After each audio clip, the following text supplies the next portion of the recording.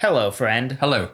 Welcome to another episode of the Mount Rushmore of Everything. Today, we are talking about the Mount Rushmore of Pokemon. There's one we have to agree on. Pikachu.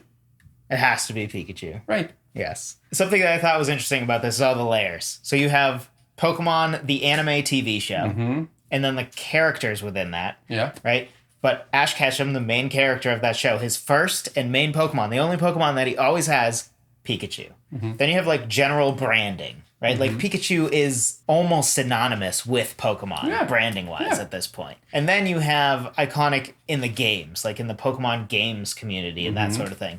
And again, Pikachu, very important. One of the original Pokemon games, Red, Blue, and then they had Yellow. Yellow is the one where you basically were Ash. Red, but basically Ash. And you had Pikachu following behind you, just like in the show. So no matter what angle you look at, Pikachu is like number one. Right. And also well-loved. I would say not necessarily well-loved within the Pokemon community, especially if you're a serious battler, but like if your kid doesn't like Pokemon, but they have a plush toy of a Pokemon, what Pokemon is it? Yeah, it's going to be Pikachu. It's going to be Pikachu. He is the face of Pokemon. Absolutely the face. Yeah. Back to the thing I like to go to. If you have a parent, a grandparent, somebody who knows nothing about the subject, and they had to name one, or if you went to a store and they only offered one ornament that was Pokemon, what is that thing? Maybe a Pokeball. But if not, if it's a Pokemon, but then they you could open only the name Pokeball. one. What's in the Pokeball? It's Pikachu, probably. Pikachu. Yes, exactly. So this is by far the easiest one on the list. Yeah. Non-negotiable. I would almost go so far as to say non-negotiable of non-negotiables. It's so clear. There's not another one that has an inflatable. A blimp in the Macy's Day Parade. It's funny. I was just thinking about that. I'm like, I think there's a... Yeah. Let us know in the comments what you think. Pikachu, is it on there? And if you're enjoying this so far, be sure to drop a like. We're going to dive right into the second one. My second one, also non-negotiable, Charizard. So Charizard is easily the most popular Pokemon throughout all time. Whenever you look at top favorite lists, Charizard, even though it's Gen 1, is still either number 1 or number 2 or number 3 most of the time. So much so that Nintendo put out a study like, what are the favorite Pokemon recently? And we're on like Gen 7 or 8 or 9 now. I don't even know. These are people who are still playing the Pokemon games. So, if anything, they're going to have some recency bias, right? Because they're tired of the older Pokemon, right? They've seen them a million times. Charizard still shows up on that. Charizard is also incredibly iconic as, back to the TV show, Ash Ketchum's most powerful Pokemon, like early on, because he has a bunch of like low-level whatever Pokemon. Ash's first and most people's favorite really powerful Pokemon that he gets is Charizard. And then in Pokemon games, if you don't know, there's always like 3 starter Pokemon you can choose, and they all have 2 more evolutions after that. Charizard is the final evolution of Charmander. Easily the most popular starter Pokemon final evolution by a mile. This was an easy choice, non-negotiable. Charizard. I don't have him.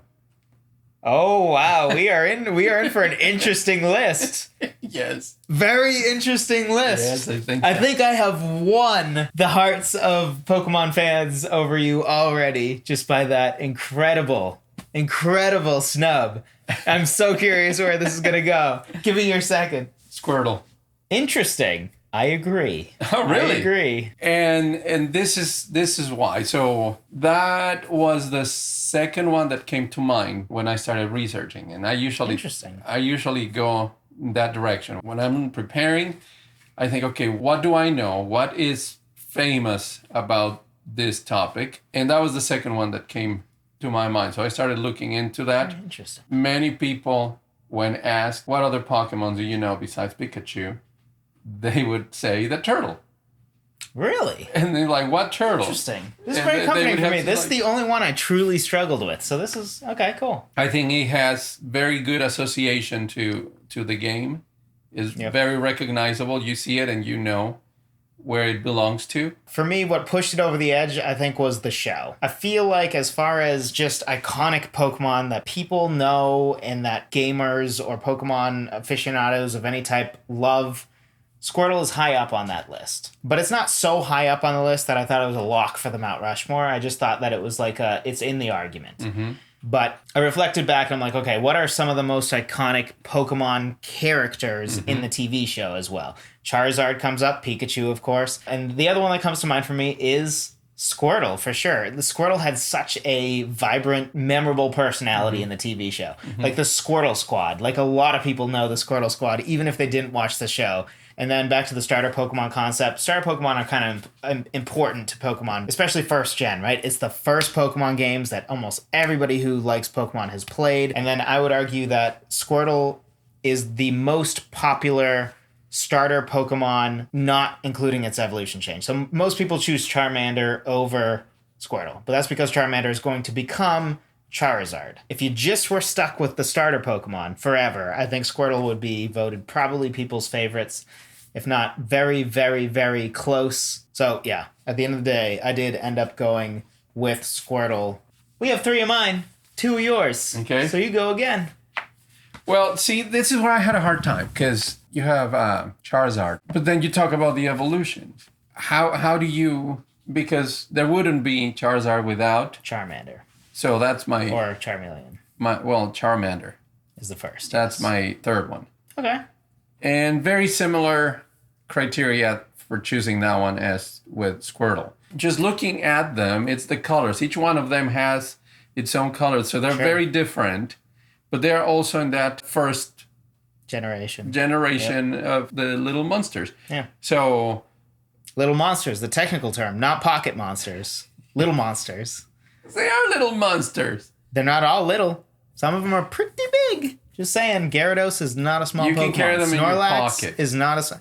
That's only because it shrinks them into... I don't know. Just don't question it. But when they come out of the ball, they're huge. Okay. Some of them. Yeah. Whatever. Yeah. This needs to be clarified, okay? He needs to be educated. He didn't put Charizard on his list. Because I put Charmander. You make me feel a lot better about not having Charizard. I think Charizard is the right choice there, but I respect Charmander. And also, I have seen, of course, the stuffed animal Pokemon. Yep. Squirtle and Charmander. Oh, for sure. Wherever they have Pokemon toys, for sure, they're gonna have those 3.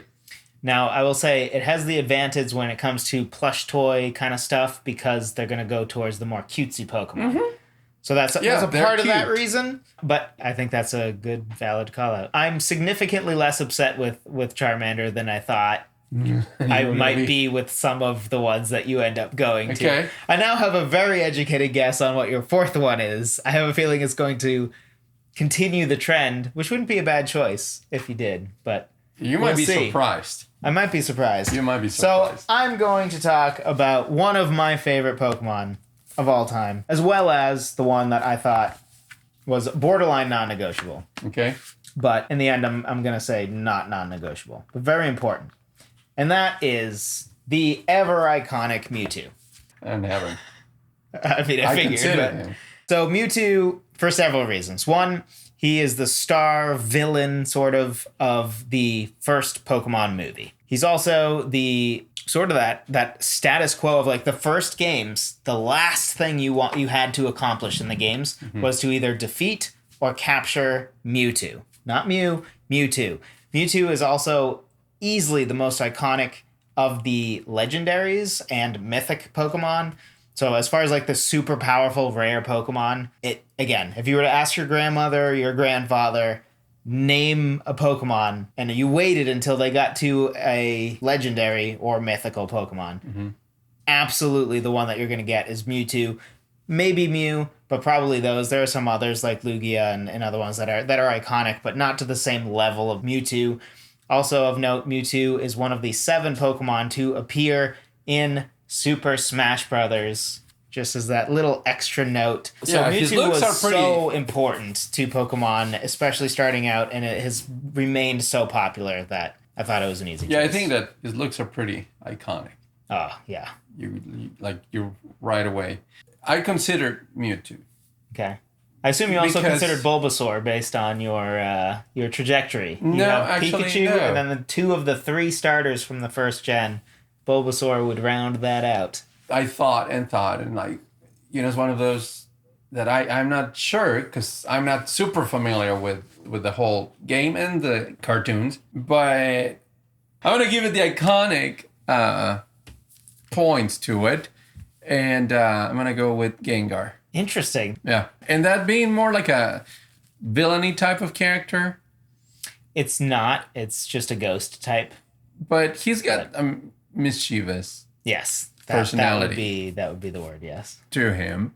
It's, again, it has that cutesy but... elements, yes. Villainous type of look. Sure. It stands out, just being all dark. Mm-hmm. And he has a lot of followers as far as people who like to play him. Very popular in the gaming community. So, I think the best argument for Gengar is how popular specifically in the gaming circles it is. Actually, so I did consider Gengar in my final group for that fourth spot.